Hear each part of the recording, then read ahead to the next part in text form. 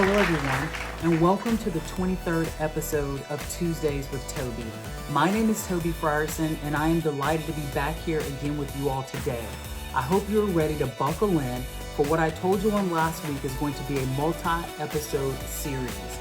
I'll be honest, I could talk about this probably for the entire month. We'll have to see whether it takes that long for me to get the entire story out, but I want to give it to you in digestible chunks just like I always do. But for now, I just want you all to commit to the episodes, to staying here for the duration, because honestly, after you hear what I have to say and after you see some images and see some videos, hopefully those of you who may have questioned whether there's a God or whether there's a higher power or whether there's someone looking over us, hopefully my story will answer that question for all of you.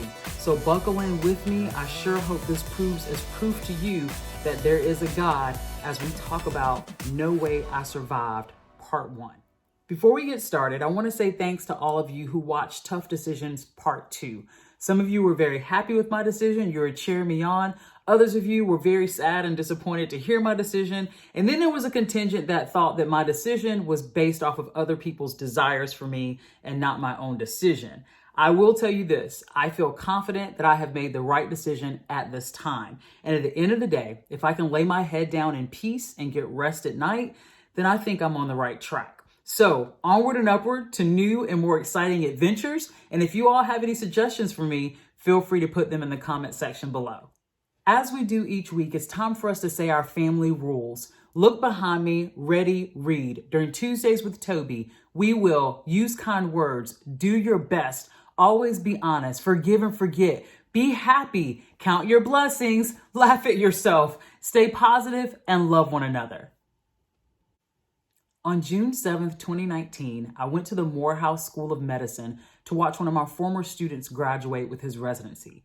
I had not been in contact with him for several years other than seeing the occasional social media posts, but when it came time for him to decide who would attend such a milestone event, I was honored that I made the invite list and I immediately made arrangements to miss work that day so I could celebrate with him, his family, and his friends. I was bivocational at the time, working at Georgia Southern University in higher education, and then also working for Impact Church Savannah as their worship leader. So it was supposed to be a up and back trip. Graduation that morning, dinner that afternoon, and then back to Savannah to fulfill my weekend obligations with the church. Little did I know, I would never make it back to Savannah that evening. As a matter of fact, I did not make it back to Savannah until June 26, 2019. Here's what happened. Immediately after the graduation ceremony was over, we took pictures and then everyone headed to their vehicles so we could make it to the graduation dinner at Studio Cafe in Fayetteville, Georgia. It was raining that afternoon, but it was just raining. There was no thunder, there was no lightning, there wasn't like a storm in place or anything like that. When I was probably about 10 minutes away from the restaurant, I turned onto Peters Road, and that is when my life flashed before my eyes. All of a sudden, the wind picked up. It was a downpour, and I had to slow down because it was getting harder and harder to see. I remember looking at the trees, and they were just going back and forth, swaying so violently that afternoon. All of a sudden, I saw one of them directly coming down in the road in the path of my vehicle, and I had a moment to brace the steering wheel, to lean over, to close my eyes because I knew there was going to be impact. Immediately, there was impact. I tried to move my hands. I tried to move my feet. I tried to lift my head. And that is when I realized I was pinned in the vehicle. That is also when I realized, oh my gosh, this car is running and this tree is laying on the car. So I shut the car off really quickly. I was stuck. I distinctly remember calling on the name of Jesus over and over and over again. Finally, I realized that I could call OnStar. I was in a GMC Yukon, and so I knew they would send help. So that's what I did. I called OnStar, and I'm sure this was all in a matter of seconds, but I just thought so much time had gone by. When the OnStar lady got on, she was like, ma'am, I'm going to dispatch someone to help you. And then, of course, she started asking me a series of questions. Y'all, I was completely lucid. I could answer everything she was asking me. But when she asked me where I was hurting or whether or not I was bleeding, I was like, oh, well, I can see blood on my arm. My arm was covered in blood. Blood was trickling down my arm, but I could not tell her where it was coming from. And because my head was down, I couldn't necessarily look all around me and tell her anything other than, ma'am, there is a tree sitting right beside me. And so that's what I told her. Finally, a passerby stopped by and he came to the vehicle yelling, "Are you okay? Are you okay? How many people are in the vehicle?" I told him it was just me, and I said, "Can you please get me out of the vehicle? I can't open it from my end." This man, and I could just imagine what he was seeing from the outside. He was like, "Ma'am," he said, "I cannot open your door." He said, "There are trees on your vehicle." Put a pin in what I just said. Yes, I said trees, plural. So remember I told you all I was completely lucid. And so as this passerby was standing there trying to talk to me, trying to keep me calm, I could feel all the rain that the vehicle was taking on, like, because the vehicle was completely exposed at this point with this tree laying on me. And so I told him, I said, "Hey, I had on a blazer at the graduation. It should be right here on the seat." I said, "Can you grab that blazer and put it over my head?" And he was able to climb up on the vehicle and he did that. And then he started talking to me some more. And at that point, it just kind of felt like it was a long wait time. I started realizing the gravity of the situation. I'm like, oh, this is a bad situation. And I was getting a little upset. And I literally asked this stranger, and I so wish I knew who this man was. I asked him if he would hold my hand, and he held my hand.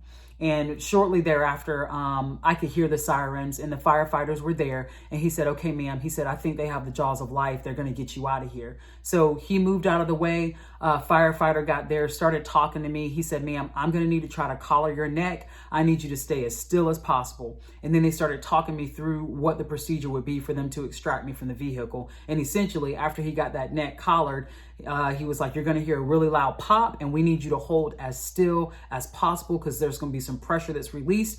We want to make sure you're okay." That's exactly what happened. It was a massive pop when they popped the door off. And here I am out of the vehicle. Once I got out of the vehicle into the ambulance, the lady was like, "Ma'am, we are having a hard time getting the bleeding to stop in your head. We're going to do the best that we can.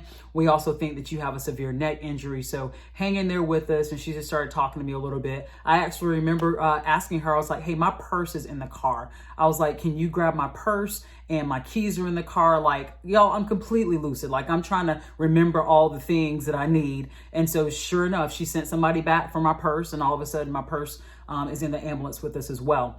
Well, then she says, "Okay, it's going to be about a 45-minute ride to Grady." And she said, "We're going to get you there as soon as possible." And I said, "Grady?" I said, "We're going to Grady and not Emory?" And she kind of chuckled. They probably get this a lot with accident victims. And she said, "Ma'am," she's like, "Nope." She was like, "Emory's not for you at all." She said, "We're actually calling you in as a level 1 trauma." She said, "You have got a massive head injury. We don't know what's going on. I can't stop the bleeding right now. And we think you have a severe neck injury. So we're calling you in as a level 1 trauma. And that's exactly where you need to be." I'm going to pause right here in this story because I literally just wanted to lay the foundation for you in this first episode.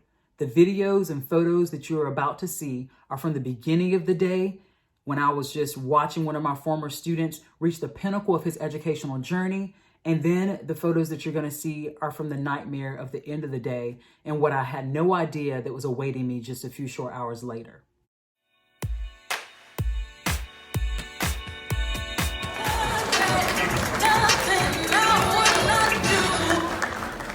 One more time, y'all. Residents work hard. Let's give them a round of applause.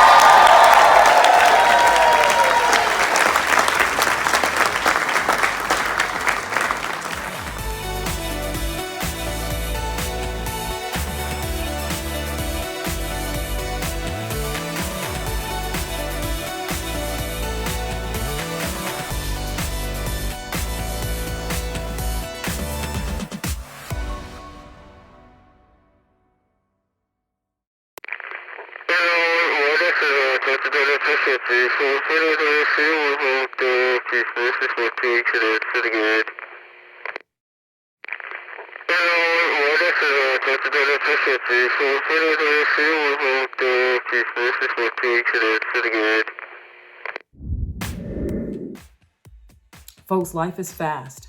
It's ever changing, and we have to be prepared for anything.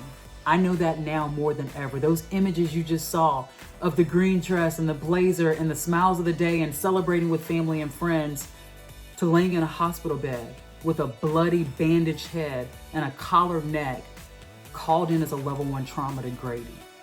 Things happen fast. And I really appreciate you hearing the beginning of this story today. I want you to join me next week.